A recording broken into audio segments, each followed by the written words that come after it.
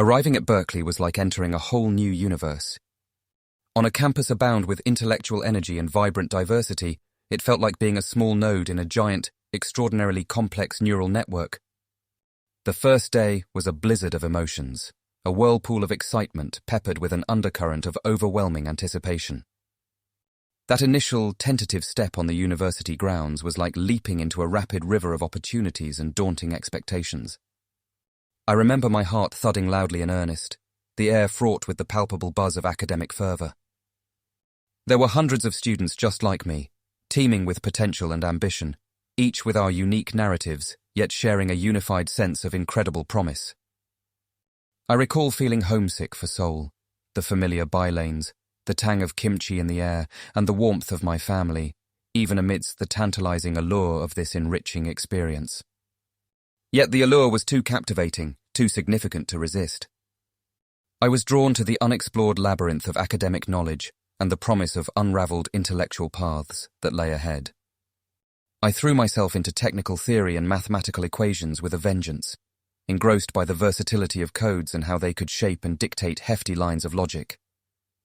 Yes, the initial academic rigor was intimidating, but I reveled in this challenge, the excitement of unraveling unknown territories echoing through each lecture, each assignment. In retrospect, starting my academic journey in the sprawling expanse of Berkeley was like a rite of passage, embarking on a self-built raft into an ocean teeming with golden opportunities and character-shaping challenges. Little did I know then how significantly this riveting start would dictate the course of my life, guiding me through remarkable triumphs, heartbreaks, and a spiral of relentless learning. It was in the grand corridors of academia that I took my leap of faith into the enigmatic world of coding. I remember vividly the day I walked into the university library, heart pounding with anticipation, as I picked out my first coding manual from the tall, dust-laden shelves. The book was heavy, both literally and metaphorically, holding within its dense volumes the sheer magnitude of endless possibilities. Spending countless hours wrestling with the intricacies of algorithms, coaxing reluctant code into submission, I found myself mesmerized by the magic of turning simple text into fluid, operational software. The fascinating unpredictability thrilled me. Every problem was like an uncharted path daring to be explored. The thrill of crafting a code, the adrenaline rush of debugging, the satisfaction of an optimized solution. Coding quickly morphed from a mere academic interest into an alluring obsession. It consumed me, lured me into its complex vortex, held me captive. And ironically, in its captivity, I found an unparalleled sense of liberty as I discovered the beauty of creation, the sheer joy of breathing life into strands of intricate code, the privilege of playing creator. And then there was this particular project, my first serious dive into the depths of artificial intelligence. It was an extension of a university assignment, a seemingly inconspicuous project that unsuspectingly sparked an insatiable curiosity within me. As I treaded deeper into the algorithms, creating machine learning modules, training models, and witnessing them learn, adapt, and predict, I was nothing short of amazed. This invisible yet tangible force, the ability of a machine to learn from patterns, the powerful amalgamation of statistics, prediction, and optimization. It was like peering into an alternate universe. This project was my untouched canvas as I painted with features, models, and training sets. It was painstaking, exhilarating, and at times downright frustrating, but it was undeniably the most captivating journey I had embarked on. Each moment spent painstakingly aligning the algorithm, waiting with bated breath as the training models ran, and rejoicing when they predicted accurately, ingrained within me a profound sense of respect and wonder for AI. That's when I knew that I was irrevocably entwined with AI. A part of me was now living within those lines of code, pulsating with a will of its own, pushing boundaries of possibilities, a silent testament to my journey from a fresh-faced campus boy to an AI enthusiast. Looking back now, I can say that those late-night coding sessions at the old Berkeley Library, the countless hours spent debugging, the exhilarating moment of solving complex problems, and the sense of accomplishment from my first AI project, they were all grounding moments. The cradle of my adventurous romance with coding and AI Berkeley held the genesis of the man I've become today, the founder of Neural Nest, committed to making AI accessible to everyone. A silent homage to the birthplace of my dreams, Berkeley and that pet project were the starting points of my thrilling odyssey of AI.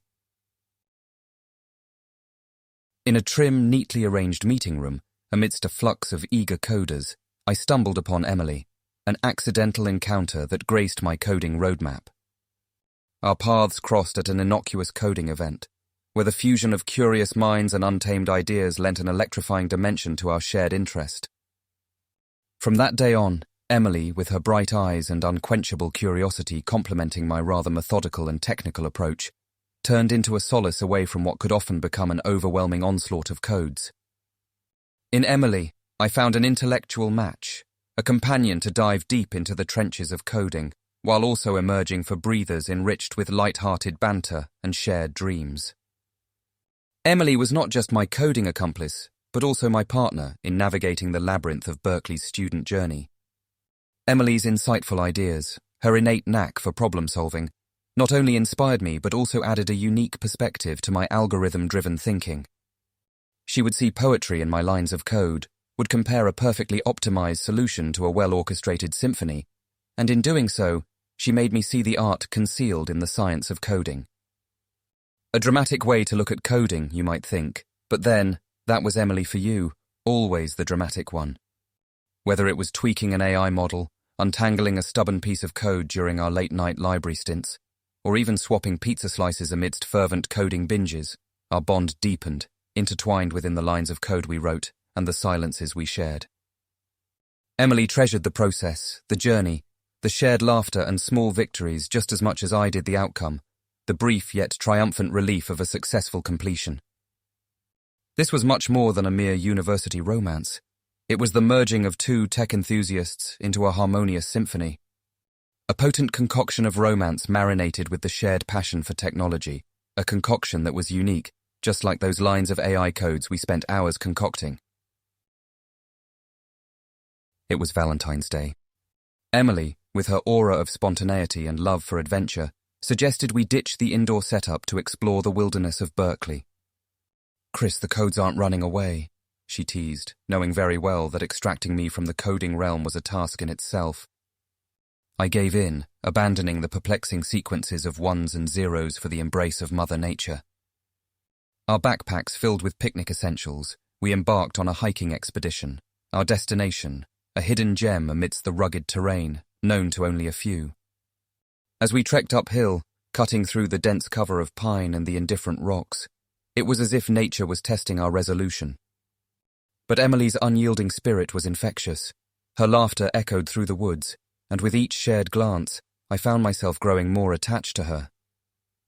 What stood out about that day wasn't just the picturesque view or the thrill of the hike, but the freedom I experienced, away from the constraints of algorithms and codes. Being out in the open, matching Emily's strides, absorbing her energy, and sharing mindless chatter, I unearthed aspects not only about her but also myself that lay unseen beneath the layers of logical thinking. We finally reached the top just as the sun decided to dip, casting a magical canvas of hues across the sky.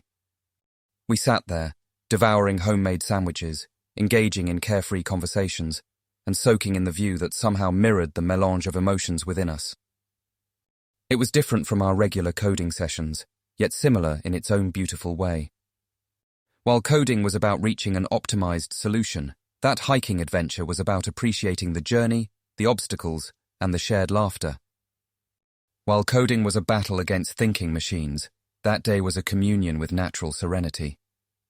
Amidst the wilderness, far from the logic circuits, Emily and I had found a unique code of our own, a code narrating a different kind of love, one knit in the fabric of shared dreams, intellectual companionship, and unbridled laughter. That day, our shared canvas of memories got a fresh coating, a vibrant hue that still holds a special place in my heart. A breather, a shared silence against the backdrop of the setting sun, a moment etched in the heart of time. That's what Valentine's Day 2013 was. It was less of a detour, more of a milestone, less of an adventure, more of a memory, forever engraved in my path to Neural Nest. Emily, my person, my mirror, became my Valentine that day, colouring my black and white coding world with her vibrant hues. Even as the memories of my first Valentine's Day retreat with Emily held a shimmering view in my rearview, a budding debate began to form the central theme of our relationship. It was a delicate discussion around the ethics of AI, a topic that both intrigued and divided us simultaneously. At the core of it all, Emily feared the loss of human control to autonomous machines, while I was a firm believer in the endless possibilities AI could unravel. Like a game of Go, we threw points and counterpoints at each other. The debate was intense, the array of perspectives explored as diverse as the tiles on our Go board.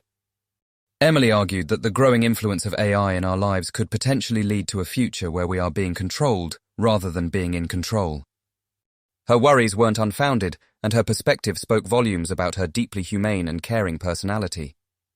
As a coder, I viewed AI from an alternative lens. I dreamed of a world where robots could decrease the level of human error, boost efficiency, and foster a more inclusive and advanced society. I admired the complexity and the depth AI offered, and couldn't contain my excitement for what lay ahead. Extravagantly, I painted the picture of a world where AI and humans could coexist, complementing and building on each other. What started as a casual conversation soon turned into an intellectual tennis match, both of us keen on defending our views, our voices echoing against the bare walls of our shared apartment. Even as the debate heated up, a certain warmth emanated, the fire of shared intellectual pursuits igniting our shared space. The discussion was exhaustive but far from exhausting. We didn't reach a common conclusion, but agreed to disagree. It made me realize the varied perspectives one could have towards a technology as disruptive as AI. That debate with Emily was not just about deciding who was right, but about understanding that at the heart of any technological innovation, ethics should have a primary seat. It was about putting humans before codes and considering the impact before the implementation. That day, I did not just retain a memory of a stimulating debate, but also imbibed a lesson that would significantly shape my future venture neural nest. As I stood for the potential of AI, I was also awake to the potential pitfalls and was willing to tread carefully, ensuring that neural nest was always ethically anchored. Emily, unknowingly, had laid the first stones of a path I would tread on with a clearer conscience and a more informed viewpoint in the years to come.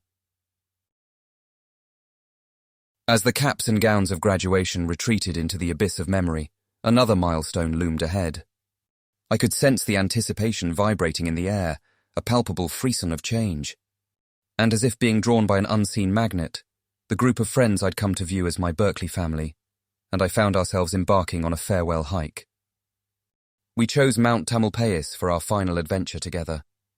The mountain held countless memories, from simple walks filled with the rustling of leaves and chirping of birds, to lively picnics on sun-drenched afternoons. Each bend seemed to echo with laughter we once shared. Each clearing held the ghosts of countless debates we'd held captive in its open space. The beauty of nature and the comfort of companionship were the steadying factors that day, as we navigated not just the physical trails of the mountain, but the emotional landscape of impending change. The discussion topics varied, our voices bouncing between our future plans to reminiscing about past events like they happened yesterday. Scrambling over rocks, helping each other through the steeper parts of the path, there was an implicit understanding that we were traversing more than trails. Each step was a thread fastening us to each other and the space we occupied, tying evolved iterations of ourselves to the memories the trails held. Amidst the shaded trails, the scoping vistas of rich greenery and rolling mountains served as a stunning backdrop to our shared silence. We idled at the top, letting the breeze cool our overheated bodies, our minds warmed up by the silent acknowledgement that it was probably the last time we were doing this together in a while. The descent was slower, reflective. The armor of humor and practicality we'd worn on the way up was replaced by a quiet understanding and mutual respect for the ties we'd formed and the time we'd spent together. The mountain was a constant, its stoic grandeur serving as a poignant backdrop to our evolving lives. The lingering sunset was a token of this phase of life we were leaving behind, our Berkeley years trapped within its golden hues. Gazing at the familiar panorama one last time, I felt a strong sense of belonging, a tether to a place that had shaped me in so many ways, and provided the backdrop for many of my memories. The parting was bittersweet, but I carried with me the tranquility of the wilderness and the mirth of friendships nurtured over the years to face the unknown trials of the path that lay ahead. The melancholic ache of parting was settling in, wrapping us each in our silent contemplation. To say that Berkeley had become a part of us would be an understatement. It had woven into every thread of our being, solidifying into a foundation that would gauge our future journeys. I imagined the campus buzzing, spectral figures of our past selves crisscrossing paths, oblivious to the characters they were yet to evolve into. I held on to these fleeting images, a lockdown memory imprinted with laughter, debates, love stirred and dissolved, friendships moulded, a syllabus far more enriching than any academic transcript could attest. The dynamics we navigated, the alliances we formed, the narratives we wrote and rewrote were integral chapters of the larger story, etched indelibly. I gazed upon my friends, their familiar outlines now sharply etched against the last trails of sunlight, and marveled at our transformation. It was here, within the fortress of our communal cocoon, that we'd chipped away at our angsty adolescence, sculpting the contours of our emerging selves. Hobbling through the pitfalls of self-doubt, we'd learned the art of perseverance. In our shared victories, we'd tasted the sweetness of accomplishment, learning to channel our individual strengths towards collective success. Situated in this sacred space, we'd entwined our threads into a tapestry of resilience, weaving in the vibrancy of our shared and individual experiences. And now, as we hovered on the precipice of a new adventure, I knew that Berkeley would always be a part of us. Interwoven in our DNA, dusted in our footprints, anchored in the pages of our lives. The mountain held us for a few minutes longer, cradling us in her arms as the curtain of dusk slipped over the horizon. There was an uncanniness to this moment, where past, present and future seemed to converge at one point, forever suspended in a state of flux. We basked in this bewitching twilight, each lost in personal communion, gathering fragments of precious moments, ready to separate but forever bound by the magic we had created here. In the end, the parting was just as it needed to be, quiet, introspective, raw. I began to process the transitions, separating the threads that bound us together and weaving them into the fabric of the future. A sense of urgency hung in the air, not quite discomforting, but imbuing us each with a determined resolve to grit our teeth and sculpt our dreams snug in the cradle of realism. And as we retraced our steps, leaving behind shriveled autumn leaves and the whispering wind, I was overcome with an immense sense of gratitude. My heart swelled, holding in its rugged contours the familiar joy of kinship and the brave promise of solitude. This was not the end, rather the precipice of a new beginning. The mountain's crest was but a lookout, gazing out at the many peaks that lay ahead, waiting to be conquered.